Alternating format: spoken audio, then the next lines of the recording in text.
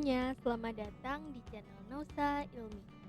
Di sini kita bakal bahas berbagai materi loh, dari kelas 10 sampai kelas 12 SMA. Nah, sebelum kita mulai, jangan lupa klik subscribe, like, dan komen. Selanjutnya, materi apa ya yang bakal kita bahas? Pada kesempatan kali ini, kita bakal bahas salah satu materi fisika yang ada di kelas 11, yakni elastisitas dan hukum Hooke.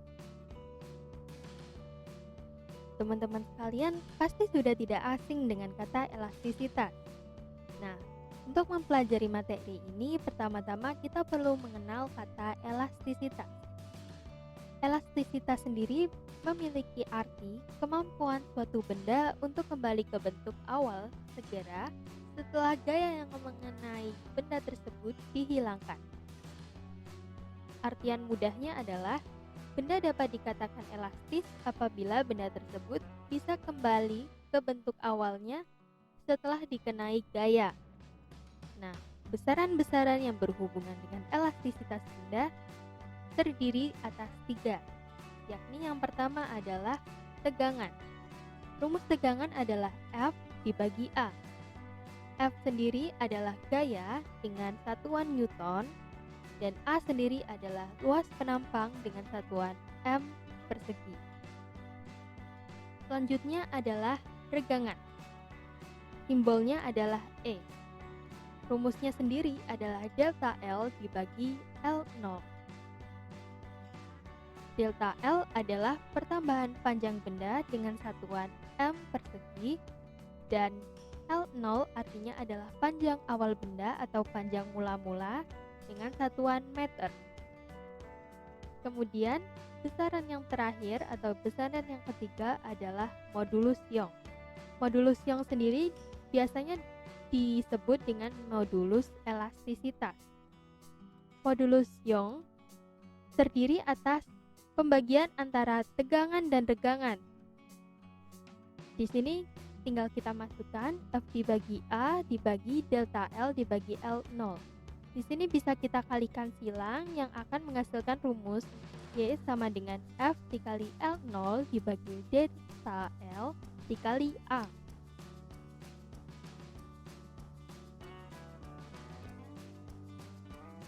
Selanjutnya kita bakal bahas mengenai hukum Hooke. Hukum Hooke itu apa sih? Hukum Hooke adalah hukum yang dikemukakan oleh Robert Hooke pada tahun 1678. Robert Hooke menyatakan, apabila pegas ditarik dengan suatu gaya, tanpa melampaui batas elastisitasnya, pada pegas akan bekerja gaya pemulih yang sebanding dengan simpangan benda dari titik seimbangnya, tetapi arahnya berlawanan dengan arah gerak benda. Bahasa singkatnya adalah gaya pemulih sama dengan simpangan benda dari titik seimbang dengan arah berlawanan. Rumus dari hukum Hooke adalah Fp sama dengan negatif K dikali delta X, di mana Fp berarti gaya yang bekerja pada pegas dengan satuan Newton, K adalah konstanta pegas dengan satuan Newton per meter, dan delta X yang merupakan pertambahan panjang pegas dengan satuan meter. Tanda negatif pada hukum Hooke bermakna bahwa gaya pemulih pada pegas selalu berlawanan dengan arah simpangan pegas.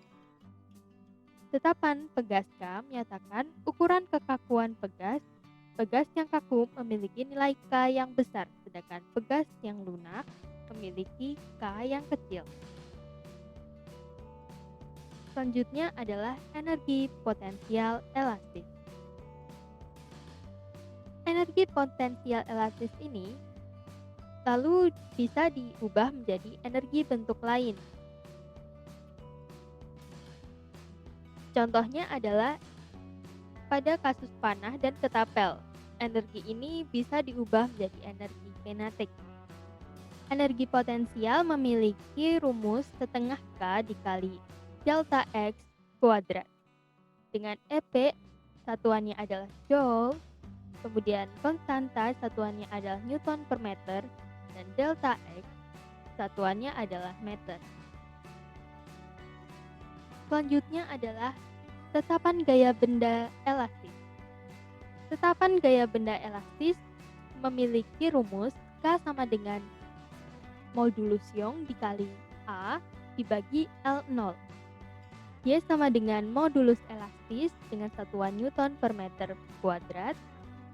Kemudian A adalah luas penampang dengan satuan M kuadrat dan L0 adalah panjang mula-mula dengan satuan M.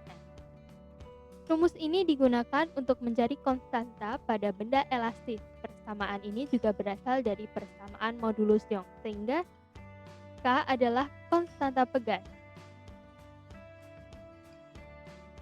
Kemudian yang terakhir adalah hukum Hooke pada susunan pegas. Susunan pegas terbagi menjadi dua, yaitu susunan paralel pegas dan susunan seri pegas. Susunan pegas yang paralel memiliki rumus K1 ditambah K2 ditambah K3 dan seterusnya sesuai dengan ada beberapa susunan paralel yang terdapat pada gambar. Kemudian pada susunan seri memiliki rumus 1 per K seri sama dengan 1 per K1 ditambah 1 per K2 dan selanjutnya sesuai dengan ada berapa susunan yang ada di gambar atau soal.